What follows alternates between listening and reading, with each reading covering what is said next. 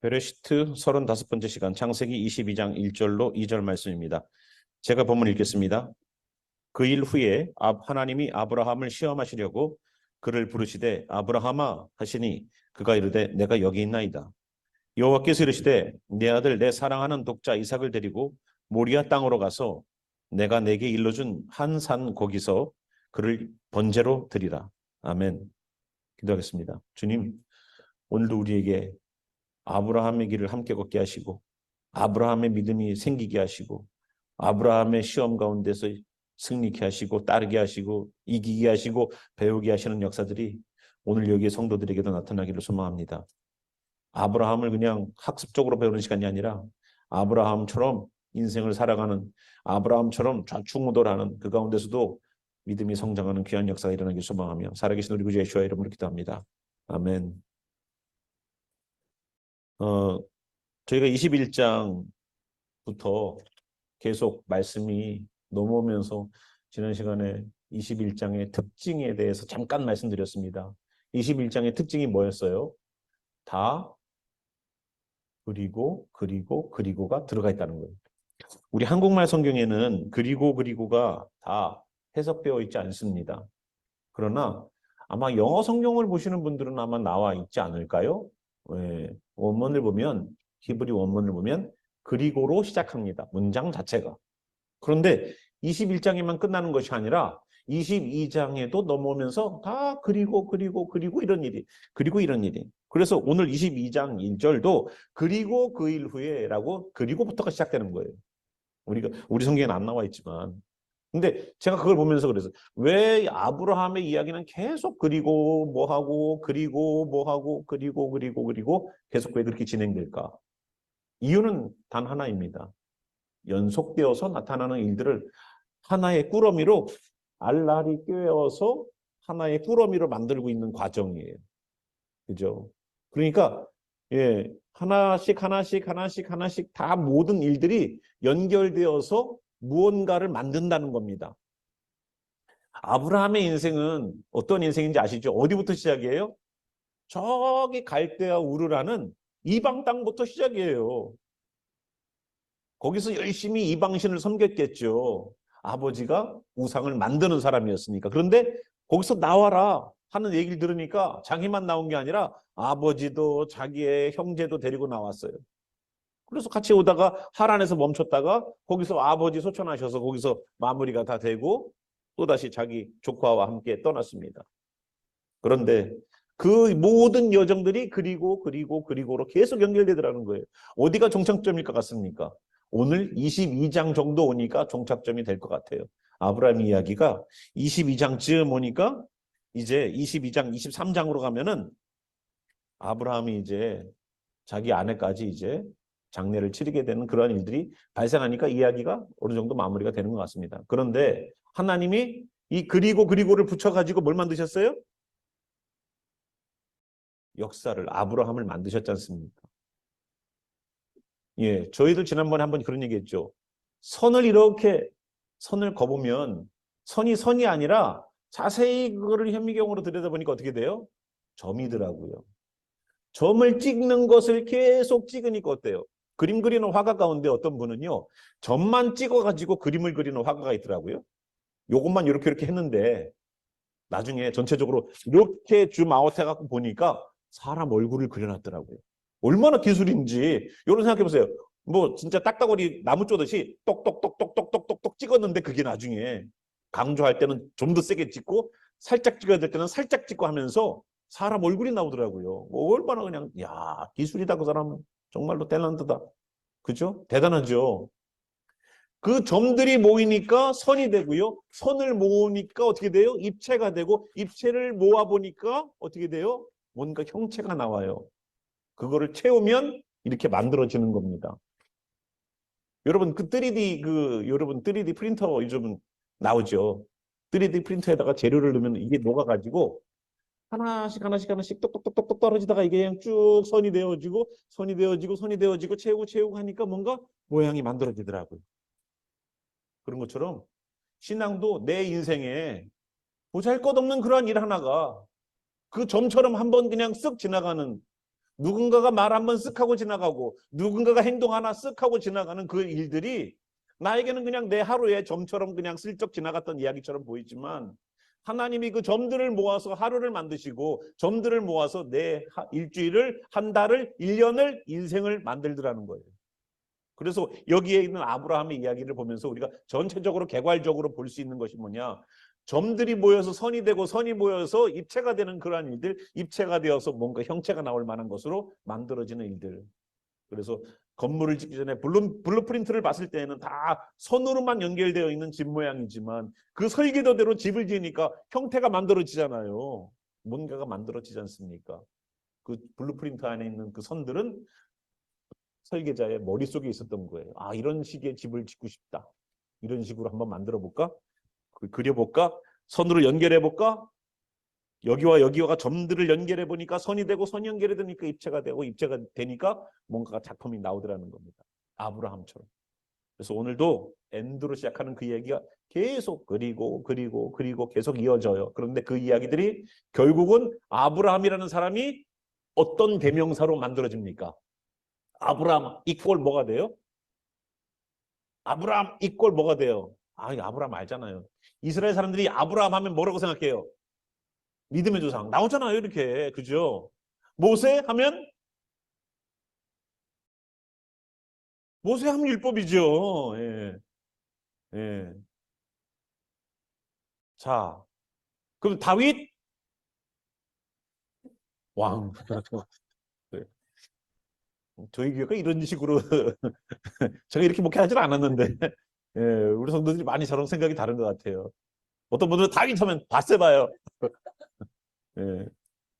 자, 이렇게 아브라함 하면 그 사람의 대명사가 믿음의 조상이라고 이스라엘 사람들도 알아요. 그런데 그렇게 그 사람이 그렇게 믿음의 조상의 대표 단서가 될 수 있었던 것은 오늘같이 계속 시험들을 이기고 환경들을 이기고 왔기 때문에 그런 거예요. 아브라함이요, 이스라엘 사람들은 10번의 시험을 당했다라고 말을 합니다. 갈대의 우르를 떠나라라는 말부터가 시험이라는 거예요. 왜요? 하나님은 우리에게 말씀하셨어요. 갈대아 우르를 떠나라. 아비와 친척들을 다 떠나라 그랬는데 아브라함이 선택할 수 있어요, 없어요? 자기의 자유의지로 선택할 수 있어요, 없어요? 아이, 하나님. 우리 터전이 여기 있고 우리 조상들이 다 여기 있고 우리 친척들이 다 여기 있어가지고 이미 여기 터 다 닦아놨는데 여기서 살면 편한데 어딜 또 하라고 그래요?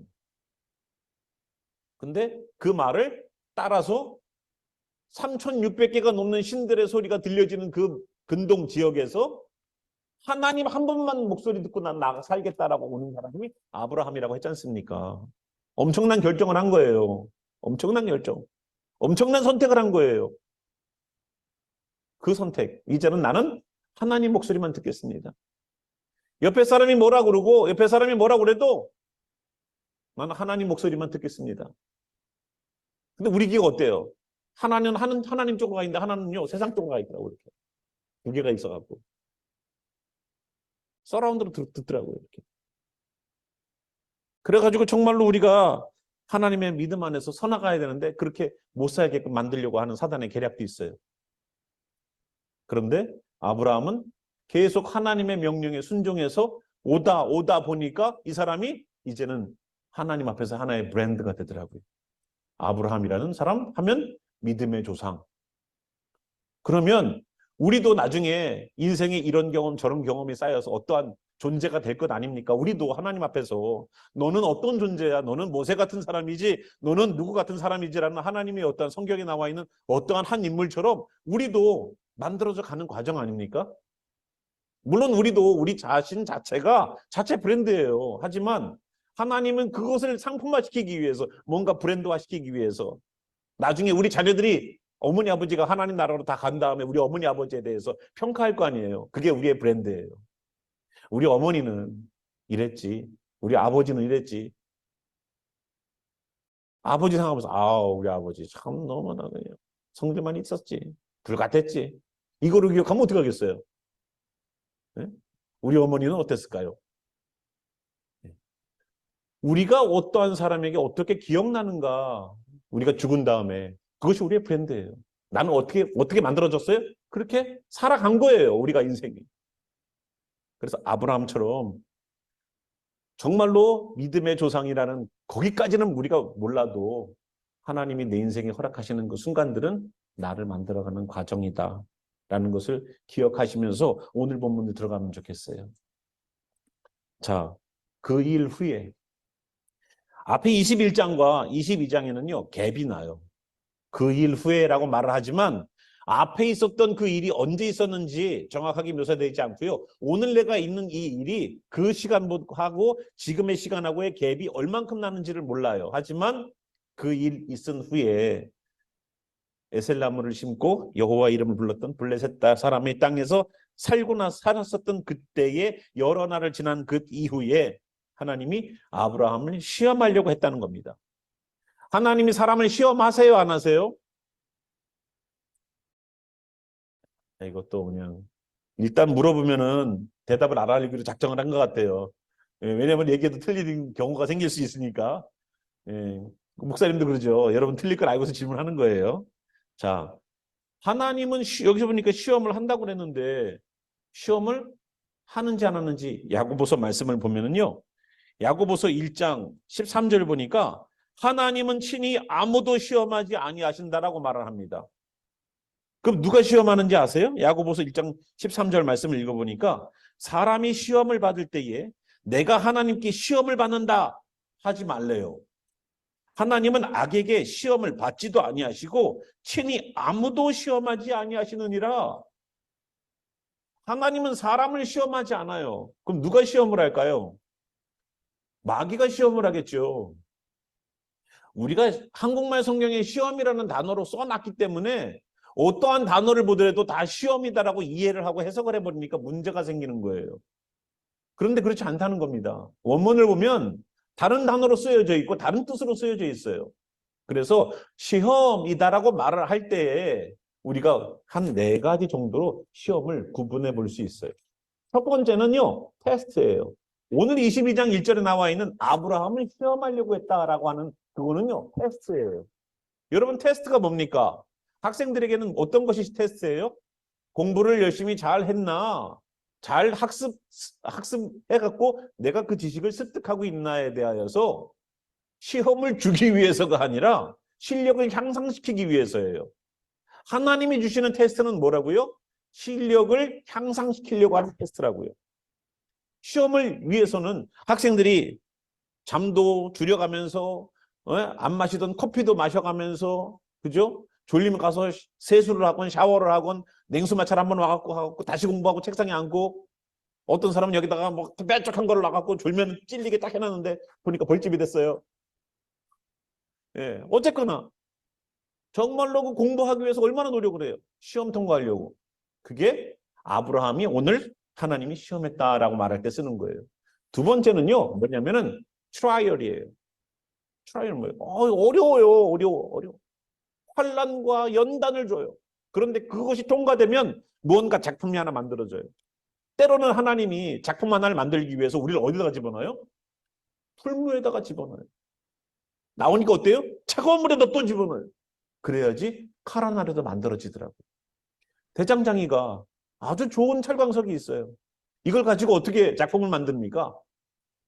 뜨거운 불에다가 넣어갖고 그냥 풀무지를 계속 바람을 넣어갖고 그냥 시뻘겋게 그냥 1000몇백 도가 될 때까지 불을 끌어올려서 거기서 완전히 그냥 쇳덩어리가 붉은 덩어리로 만들어지게끔 나오잖아요. 그걸 갖다가 가만 냅둬요? 계속 망치자고 때려요. 때리고 나서 가만 놔둬요? 또 물속에다 집어넣어요. 식어지면 또 갖다 또 집어넣어. 야, 불에 들어갔다가 나와서 두들겨 맞고 또 물속에 들어갔다가 또 불속에 또 들어가고 그렇게 수십 번 하니까 작품이 나오더라고요. 신앙은 안 그럴 것 같습니까? 신앙은 안 그럴 것 같아요? 불 같은 시험을 당하고 물 같은 시험을 당하고 사망에서 두들겨 패는 그런 시험을 당하고 그리고 결국은 견고하고도 견고한 작품으로 만들어지는 거예요. 하나님은 하나님의 사람을 그냥 내버려 두지 않아요. 꼭 작품을 만드세요. 돌덩어리 내비두고서 여러분 돌덩어리로 내버려 두지 않아요. 그거를 깎으시고 하나님이 원하시는 모양으로 빚으세요. 만드세요. 우리가 교회 다니는 이유는 내가 하나님 손에 붙잡혀서 오늘 만들어져 가고 있는 과정이기 때문에 그래요. 내가 원한 부분들이 깎여서 나가는 거예요. 주님께서 원하시는 모양으로 디자인되기 위해서. 주님께서 원하시는 모양으로 만들어지기 위해서 나를 오늘도 주님께 맡기는 거예요. 이거 안 맡기려고 그렇게 뺀질거리는 분들이 있어요. 그럼 혼나요, 진짜. 예. 가래로 막을 거를, 호미로 막을 거를 가래로 막아요. 그러니까 여기에 있는 아브라함의 시험. 첫 번째 테스트, 두 번째 트라이얼. 세 번째 뭐예요? 마귀가 주는 템테이션이라는 게 있어요. 이 마귀는 어떻게 하면 믿는 사람의 신앙을 흐트러뜨리고 쓰러뜨리고 하나님께 나아가지 못하게 할까를 노력을 해요.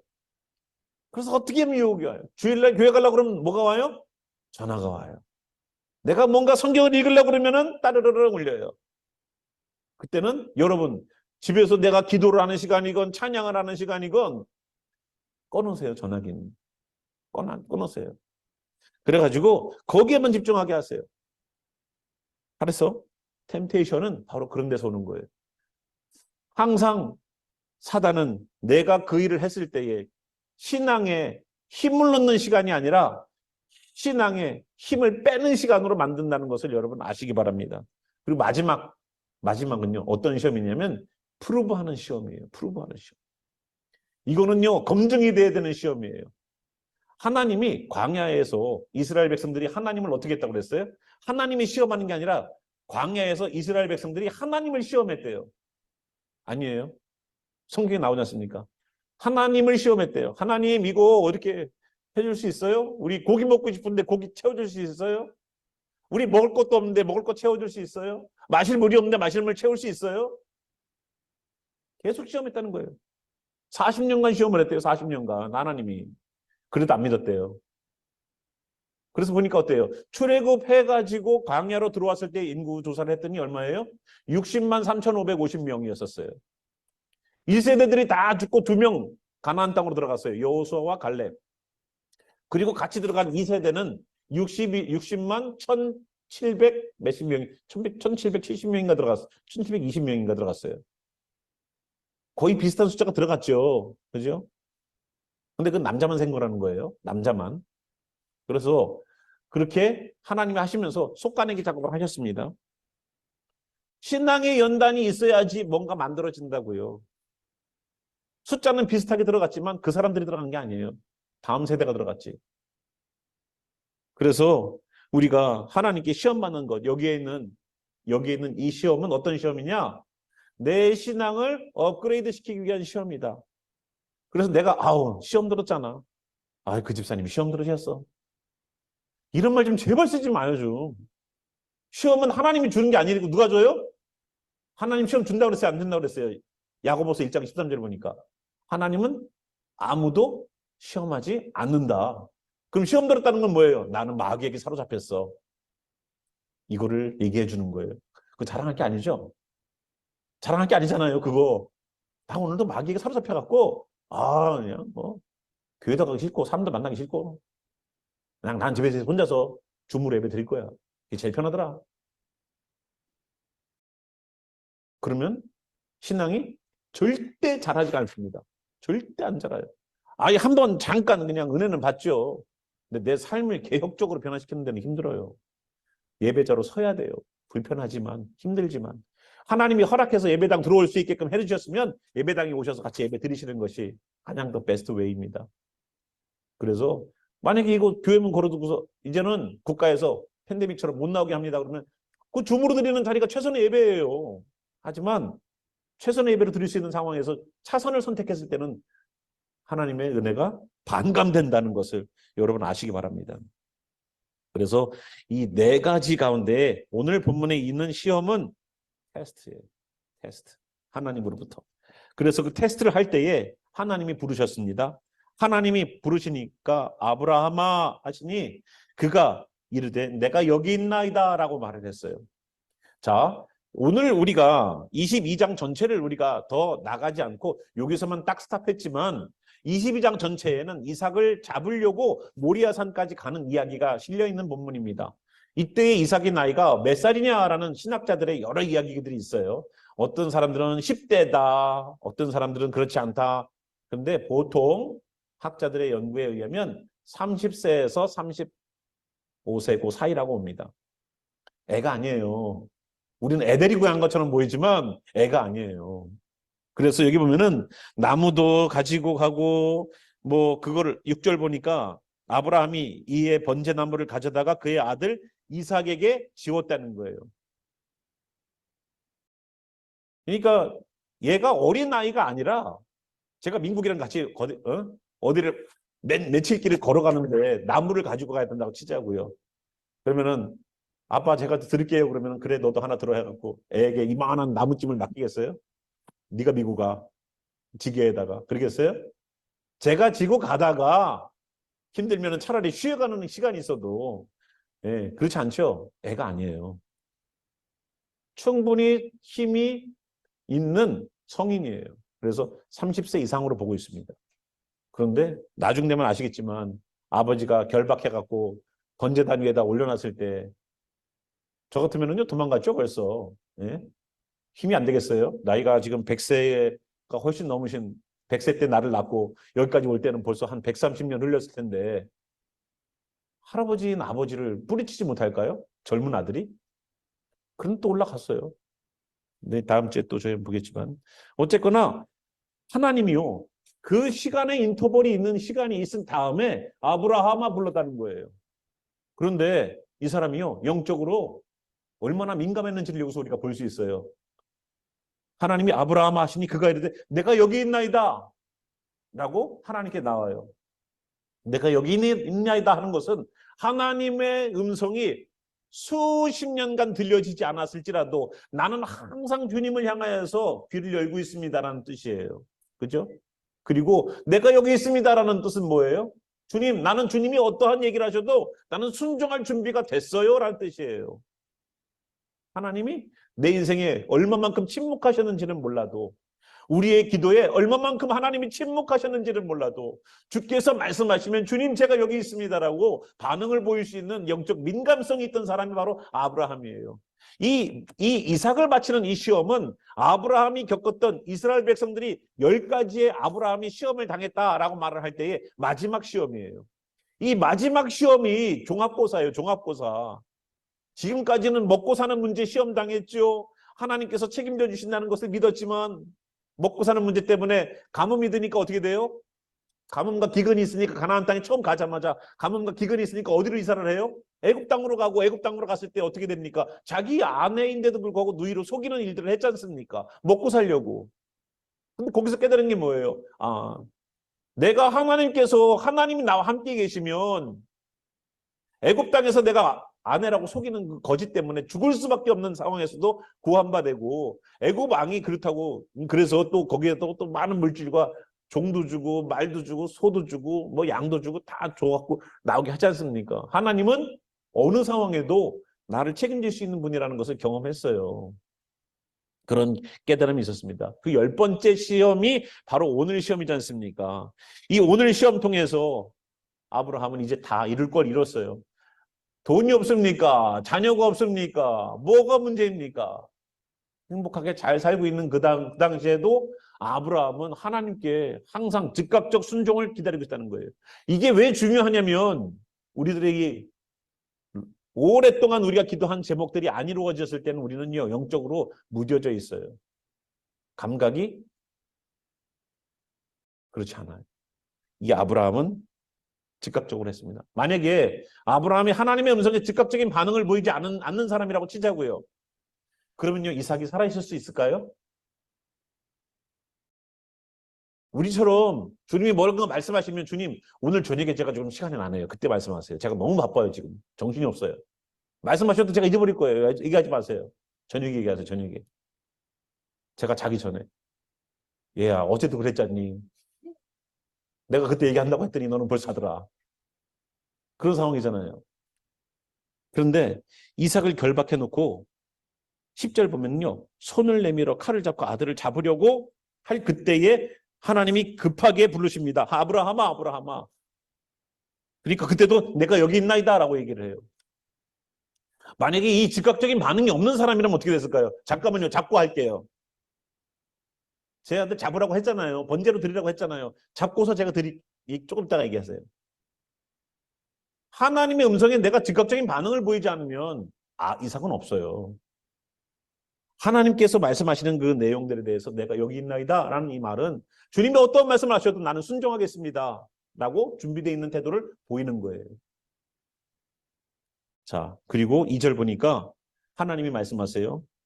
이삭을 잡으라고 얘기하는 그 얘기를 하면서 내 아들, 내 사랑하는 독자 이삭을 데리고 모리아 땅으로 가서 내가 내게 일러준 한 산, 거기서 그를 번제로 드리라 라는 명령을 내리세요. 그런데 이삭을 설명할 때 하나님께서 이삭을 갖다 바쳐라 라고 얘기하지 않으시고 앞에 설명들을 쭉 붙여놓으셨어요. 첫 번째, 네 아들. 두 번째, 내가 사랑하는. 세 번째, 독자. 아들인데 그냥 아들이 아니라 독자예요. 그것도 사랑하는 그 이삭을 갖다가 번제로 드리라는 겁니다. 자, 이 번제로 드리는 거는 하나님이 원하시는 제사 방법이 아니죠. 하나님 인신제사, 사람의 몸을 제물로 드리는 제사를 하지 말라고 하신 분이에요. 왜? 하나님 형상을 입고 사람은 창조됐기 때문에 사람을 죽이는 것은 하나님의 형상을 죽이는 거랑 똑같기 때문에 그렇습니다. 그래서 살인하지 말라는 거예요. 그런데 하나님이 이방인들, 가나안인들은 이렇게 했어요. 가나안 사람들은 자기의 자녀를 죽이면 하나님, 자기의 신이, 하나님이 아니라 자기의 신이 굉장히 감동할 것이다라고 생각을 했어요. 왜? 자기가 가장 아끼는 거를 드렸으니까 그 신이 얼마만큼 축복해 주겠어요. 그래서 몰렉에게 제사 드릴 때 어떻게 했습니까? 그들이 제단의 숯불을 확 여기서부터 저기까지 딱 장작을 갖다가 장작을 그냥 딱 길을 만들어 놓고 불을 펴요. 불을 피면은 여기서부터 저기까지 다 불이 다 타고 나면 뭐가 됩니까? 헐건 수치 밑에 쫙 깔릴 거 아니에요.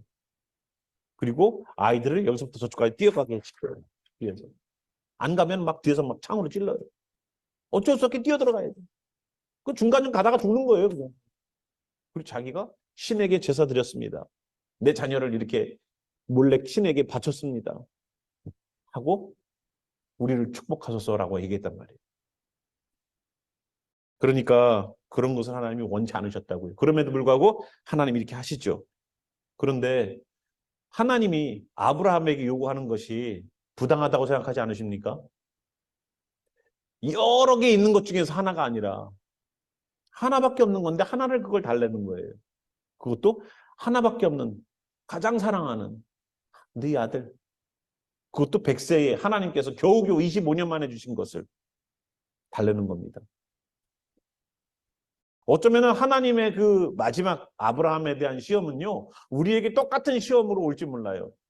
하나님 우리에게 제일 소중한 거, 그거 내게 갖고 올 수 있니? 라고 질문할 수 있어요. 그것이 무엇이든, 그것이 돈이어도, 자녀여도, 남편이어도, 아내여도, 하나님은 그걸 요구할 수 있단 말이에요. 그거를 포기할 수 있느냐를 보는 거예요. 그거를 포기할 수 있느냐. 주님 이것만은 안 됩니다라고 우리는 보통 얘기할 거예요. 이것만은 안 됩니다. 그래서 우리가 아브라함처럼 못 되는가 봐요. 아브라함처럼 복을 못 받는가 봐요. 그거를 내려놓지 못해가지고. 근데 그게 가장 좋아하고 가장 소중하고 가장 아끼는 거거든요. 여러분이 어디에서 시간을 제일 많이 쓰는가를 보면 제일 많이 사랑하는 것이 무엇인지를 알 수 있는 거예요. 내가 어디에, 뭐 일하는 거 말고요. 일하는 이외의 시간에 내가 내 자유시간을 어디다가 제일 많이 투자하고 있는가. 그게 내가 제일 사랑하는 거예요. 사람을 만난다. 그러면 사람을 제일 사랑하는 사람이에요. 자, 그래서 여기 있는 아브라함에게 제일 사랑하는 거를 하나님께 포기하라고 얘기해요. 그것도 인신제사로. 이 인신제사를 가나안 땅 사람들은 했을지 몰라도 아브라함에게 요구한 적은 처음이었고 하나님의 사람들에게는 결코 요구하지 않으십니다. 그러면 충돌이 생기기 시작해요. 여기서부터 충돌. 뭐가 충돌되느냐? 21장 저희들 함께 볼게요. 21장 12절 보겠습니다. 하나님이 아브라함에 이르시되 내 아이나 내 여종으로 말미암아 근심하지 말고 사라가 내게 이른 말을 들으라. 하나님 뭐로 주셨어요? 이삭에게서 나는 자라야 내 씨라 부를 것임이니라 라고 약속하셨어요. 이삭이 낳는 자녀여야지만 네 가정이 될 거야. 너의 어떠한 아브라함의 어떠한 자녀들이 될 거야 라는 얘기도 해주는 거죠. 그럼 이삭이 자녀를 낳을 때까지는 살아 있어야 될 거 아니에요. 이거 약속한 거잖아요. 그죠? 그런데 하나님 뭐라고 그러셨어요? 이삭을 갖다 바치래요. 뭐가 충돌돼요? 하나님의 약속과 하나님하고 충돌되는 거예요. 하나님 약속하셨잖아요. 그런데 왜 갖다가 바치라고 그럽니까? 라고 우리는 따져야 될지도 몰라요. 따지는 분들이 벌써 있었겠죠. 벌써. 베드로처럼 예수님 멱살 잡는 일이 벌어질 수도 있어요. 내가 십자가에 달려 죽어야 된다 그랬더니 예수님 붙잡고 뭐라 그래요? 그렇게는 안 됩니다, 주님. 그때 베드로가 예수님의 멱살을 잡았다는 거예요. 그게 그냥 예수님께 간하여라고 우리 성경은 되어 있지만 원래 원문에는 예수님의 멱살을 잡고 안 됩니다, 주님. 무슨 소리 합니까? 지금 할 일이 많은데 지금 죽겠다니요. 절대 안 됩니다. 그런 얘기를 하는 거예요. 사단아 내 뒤로 물러가라 라고 예수님 말씀하셨죠. 그런 것처럼 하나님 약속하셨는데 약속을 지금 어떻게 하나님이 깨십니까? 약속을 해놓고서 하나님이 약속을 깨십니까? 라고 우리는 얘기할 수도 있을 거예요. 그래서 여기 우리는 여기에서 뭘 발견해야 되느냐? 우리는 과연 무엇을 붙잡을 것인가에 대해서 생각을 해봐야 돼요. 약속이냐? 약속자냐? 약속을 붙잡을 것인가? 약속자를 붙잡을 것인가를 우리는 생각을 해봐야 돼요.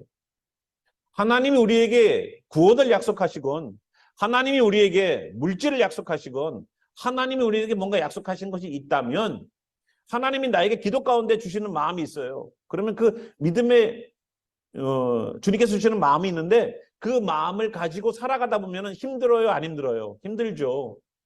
주님께서 주시는 마음이 모두가 다 내가 너에게 이것을 하라고 시켰으면 그 일이 일사천리로 두두두둑 풀려나가면 참 좋은데 그렇지가 않아요. 하나님이 우리에게 뭔가를 시켜주셨어도 내가 그거를 감당하려고 할 때는 십자가를 지는 것 같은 고통이 있을 수도 있어요. 그러면서 하나님 이거 정말로 하나님 뜻 맞아요? 제가 잘못하는 거 아니에요? 라고 반문을 던질 수도 있어요. 그리고 우리는 하나님께서 약속하신 것에 대해서 정말로 잘못된 약속 아닌가? 내가 잘못 들은 것이 아닌가? 시대가 바뀌고 상황이 바뀌니까 그거 예전에 다 퇴색된 약속이야 라고 치부해버릴 건가요?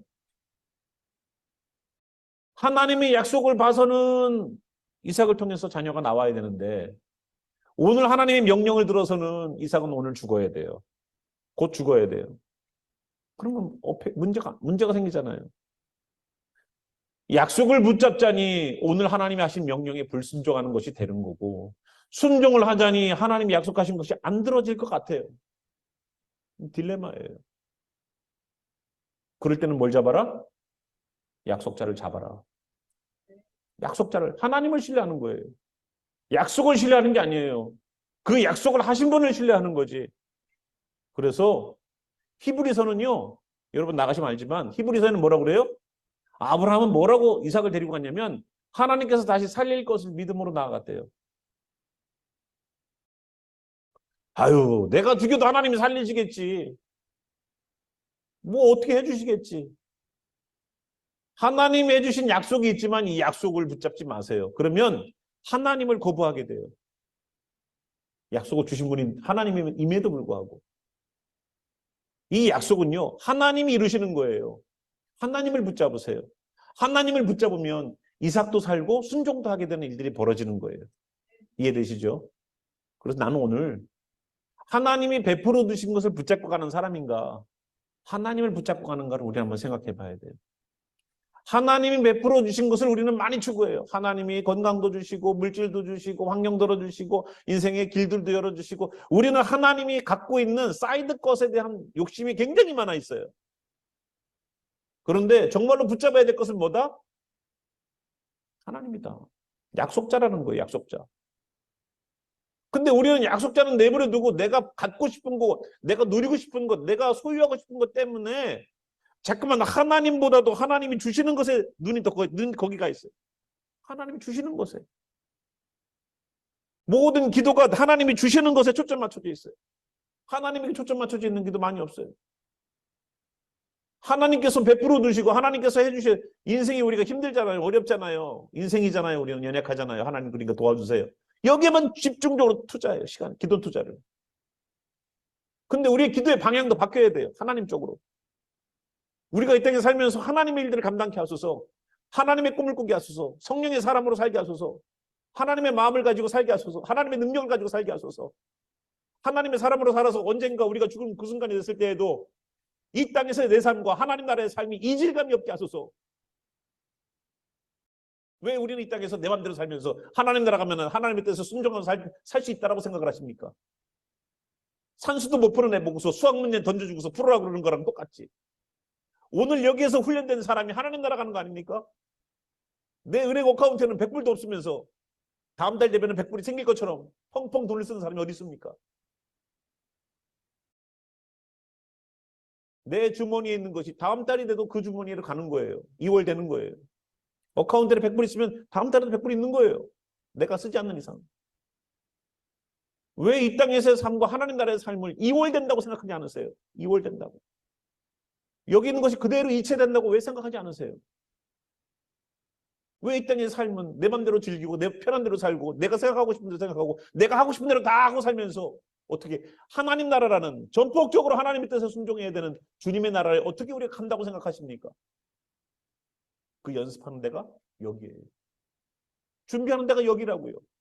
그래서 사도 바울도 자기 자신 속에 있는 세상의 것이 꿈틀대고 올라올 때마다 쳐서 죽인다고 그랬잖아요. 쳐서. 육신을 쳐서라도 복종시키려고 하잖아요. 정말로 집에 짝대기를 하나씩 갖다 놓으세요. 집에다가. 내가 죄의 길로 걸어간다. 그럼 때리세요. 종아리라도 치건, 예? 손바닥이라도 치건. 예수님은 얼마나 천국 가는 것에 대해서 얘기했는지, 만약에 네 손이 범죄하지 않냐? 손 찍어버려라. 이거 하나 없이 천국 가는 게 더 나아. 네 눈이 범죄해? 뽑아버려. 그리고 천국 오는 게 나아. 천국 오는 건 그만큼 중요한 거예요. 어떻게 해서든 가야 되는 거 아닙니까? 빚을 내서라도 가야 되는 데가 천국이 아니에요? 솔직히? 근데 우리가 천국에 대한 믿음이 없어요. 천국에 대한 믿음이 없어. 밭에 숨겨진 보화처럼 생각하지 않아요. 내 발에 복음이 걸려도 툭툭 차고 가지. 성경이 발에 걸리면 발로 툭 차갖고 성경 저기다 놓지 성경을 읽지 않아. 교회를 다니면서 설교를 들어가지고 성경에 대해서 많은 지식은 습득할지 몰라도 성경 자체를 읽거나 성경 자체에 대해서 내가 묵상하거나 성경에 대해서 따르려고 하지 않아. 얼마나 요즘 유튜브가 개발되어 있는지 많은 설교 듣고 많은 찬양을 듣고 많은 뭔가 기독교적인 어떤 인포메이션들을 받을지라도 내가 기독교인으로 살고 예수님 믿는 사람으로 사는 그거하고는 거리가 멀어. 살면서 예수가 안 나타나. 다 간접적인 걸 하면서 나는 주님 안에서 있다라고 착각하게 만들어요. 누가? 사단이. 간접적인 것을 누리면서도 나는 하나님의 사람이라는 착각을 만든다고요.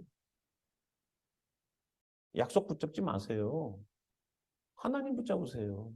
그 약속을 해주신 분을 붙잡으시라고요. 주변 것들을 붙잡지 마시고 아주 근본적인 성경으로 돌아오세요. 아주 근본적인 하나님으로 돌아오세요. 예전에 종교개혁가들이 했던 얘기가 있습니다. 모토가 뭔지 아세요? 오직 성경으로. 신부님의 말도 아니고 누군가의 덕담도 아니고 좋은 말도 아니고 윤리 도덕도 아니고 착하게 살아라 선하게 살아라도 아니고 성경 다시 돌아오라는 거예요. 그러면서 자기네 언어로 독일어로 성경을 라틴어에서 독일어로 번역하고 프랑스어로 번역하는 사람들이 나오기 시작했어요. 그때 성경을 번역하게 했던 사람들을 잡아다가 화형시켰어요. 어디 거룩한 하나님의 말씀을 지들 나라 말로다가 번역을 해놓는가. 너희들이 입으로 하는 수많은 세상들의 이야기를 담아놓는 그 세상의 입들을 가지고 있는 프랑스어와 독일어와 영어를 가지고 어떻게 하나님의 말씀을 해석하고 하나님의 말씀을 담아내는가. 이 부정한 것들아 라고 해서 잡아다 죽였어요. 그런데 그 성경 자기네 말로다가 번역된 성경을 보고 나니까 사람들이 뜨거워지기 시작했어요. 예수님이 나를 위해 오셔서 십자가 지신 것에 대한 이야기들을 사람들이 믿기 시작했어요.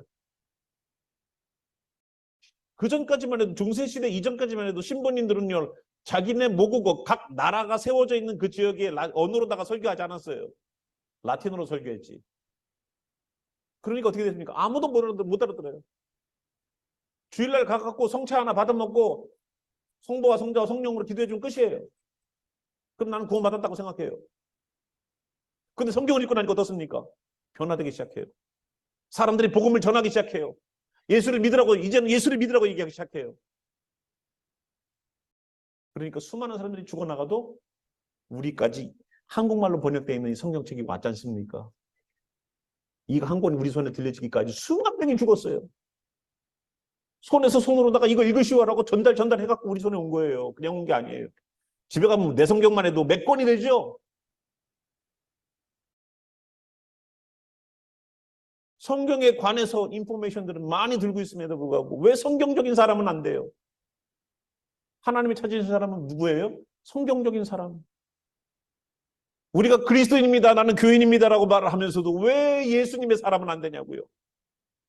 복음이 미지근하죠. 복음이 아직도 미지근하죠. 이스라엘은 전쟁 나는 걸 보면서도 그렇구나. 전쟁이 났구나.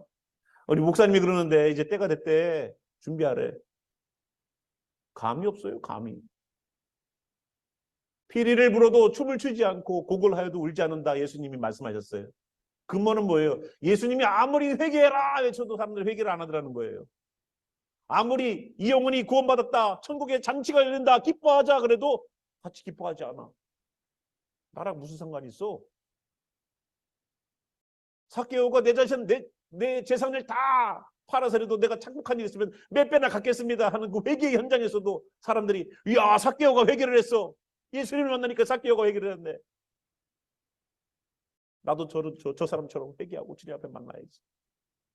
예수님 옷자락 끝에만 만져도 병이 났던 그 혈류병 여자가 치유받았을 때 나도 예수님에게 옷자락 끝이라도 만져서 나도 회복되고 나도 치유받아야 되는데 베데스다 연못 그 옆에서 중풍병자로 38년 동안 누워있었던 그 할아버지가 예수님에 의해서 침상을 들고 일어나라 가라 하는 그 명령에 치료받는 걸 보면은 베데스다 연못이 아니라 예수님께 와갖고 줄을 서서 예수님께 치료받아야 되는데 아직도 베데스다 연못을 바라보고 있어요.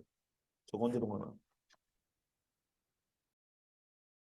왜 우리가 이렇게 영적으로 흐려져 있습니까? 우리가 정말로 하나님을 붙잡고 나아가야 되는데 아브라함은 정확했어요. 굉장히 딜레마죠. 약속해놓고서 이렇게 약속을 어기시네 하나님. 안 했어. 하나님의 명령에 즉각적으로 반응을 보이면서 하나님께서 모든 걸 책임져 줄 수 있던 하나님인 것을 이 사람은 철저히 믿고 갔어요. 하나님이 약속하셨으니까 약속 이루시겠지 그걸 믿었단 말이에요. 약속을 믿은 게 아니라 약속을 하시는 분을 믿었어요. 오늘 우리는 뭘 붙잡고 가야 되겠습니까? 내가 그리스도인이니까 하나님 책임져 주시겠지? 내가 교회 다니니까 구원받을 수 있었겠지? 성경에 나와 있는 약속만 붙잡고 있지 마시고 그 약속을 하신 주님께 정말로 나아가서 만나시기 바랍니다. 주의 이름을 부르는 자는 구원을 얻으리라. 그래서 제가 오늘도 교회 나왔잖아요, 주님. 그것에 그 약속만 붙잡고 가지 마시라고요. 약속 붙잡고 가면서 내 삶이 다 흐트러져 버리면 그 사람이 어떻게 구원을 이룰 수 있습니까? 정말로 하나님 앞에 나아가서 예수 앞에 나와서 내 안에 예수의 보혈이 흐르게 하시고 내 안에 성령의 전인 것을 알지 못하느냐라는 말씀처럼 성령의 전이 좌정하는 역사가 나타나고 성령의 전만 세워지는 것이 아니라 그 가운데 하나님의 영광이 임하니까 성막에서도 성전에서도 하나님의 영광 때문에 제사장조차 들어가지 못했던 그 뜨거운 열망과 열정과 영광이 내 심령 속에서는 왜 불타오르지 않아요? 왜 깜깜하게 불 꺼져 갖고 있는 그러한 성막이 됐고 그러한 성소가 됐고 그러한 성전이 됐습니까? 어디 하나님이 번제단에 불을 꺼뜨리라고 그랬고 어디 하나님이 메노라가 켜져 있는 성소에 불을 끄라고 그랬습니까? 단 한순간도 하나님은 불을 끄라고 한 적이 없어요. 우리의 죄를 고백하는 그 죄의 현장에 있는 짐승을 잡아서 죽이는 그 강을 뜬 그 노제단도 한 번도 불을 꺼뜨리지 말아라. 그리고 성소 안으로 들어가서 깜깜한 사방이 빛 하나 없이 창문 하나 없는 그곳에서 유일하게 켜놓긴 메노라라는 그 불빛 그거 아침 저녁으로 들어가면 제사장들이 거기에 있는 그름과 똥들을 제거하고 다시 기름을 채워놓고 24시간이 아니라 365일 한 번도 불을 끄면 안 돼요. 왜 불들은 끄지 말았을까? 회개의 자리에서 성령이 임하시는 자리가 빛을 발하는 자리는 결코 끄면 안 돼요. 그렇게 다 꺼져 있는 성전 들고 있으면서 나는 하나님의 성전이라고 얘기를 해요. 불이 다 꺼져 있는데 회개도 못하고 성령으로 내 삶에 대한 하나님의 조명하심도 깨닫지 못하는데 무슨 성전이라고 감히 하나님 앞에 들고 나와요? 예수님 뭐라고 그래요? 저거 무너뜨려버려! 내가 3일 만에 짓겠어. 그 성전은 바로 예수님을 상징하는 거예요. 정말로 그리스도인들입니까? 우리가? 성경에 나와 있는 수많은 약속들, 나를 구원해 주시고 나를 책임져 주시고 나의 아버지 되시고 나를 보호하시고 나를 공급하시는 하나님, 다 약속이에요. 약속만 붙잡고 가지 마십시오. 정말로 약속해 주신 하나님을 붙잡으셔야지만 하나님의 약속의 말씀이 이루어지는 거예요. 오늘 여러분, 약속만을 붙잡고서 하나님 나라 간다고 생각하지 마세요. 약속하신 분과 관계가 내가 얼굴어지면 하나님 나라 갈 수 없어요.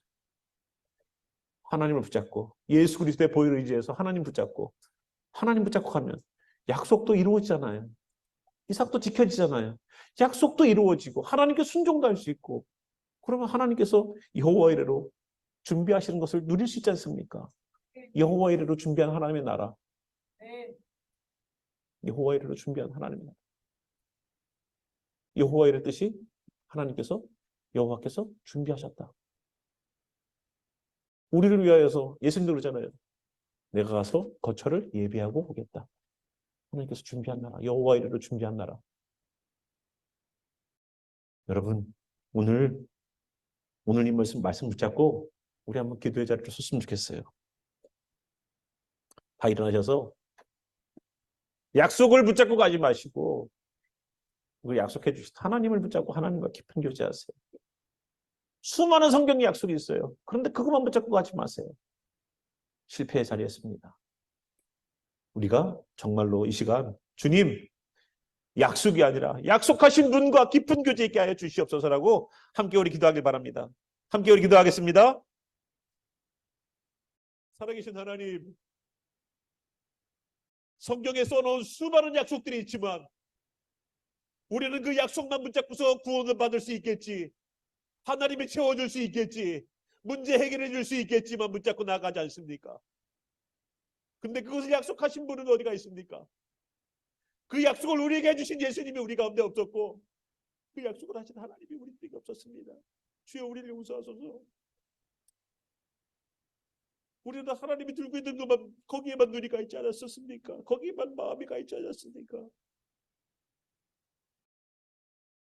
하나님, 오늘도 우리 가운데 주의 성령을 부으시사 그 약속을 해주신 예수님, 그 약속을 하신 하나님과 성령님을 우리의 심령의 성전에서 충만하게 예배드릴 수 있도록 역사해 주시옵소서. 오늘도 하나님의 일들이 있기를 소망합니다. 하나님과 예수님과 함께 역사할 때에 하나님과 예수님이 약속하신 약속들이 현장에서 이루어지겠지요. 구원을 약속하신 분을 믿고 나아갔더니 나중에 구원이 보장되는 역사가 일어나지 않겠습니까?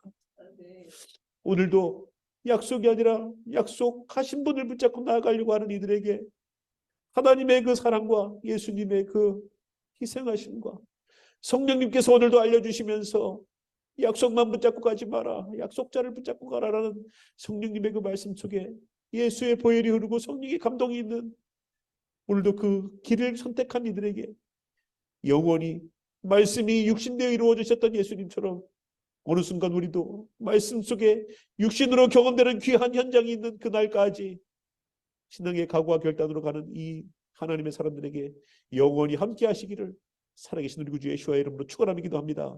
아멘.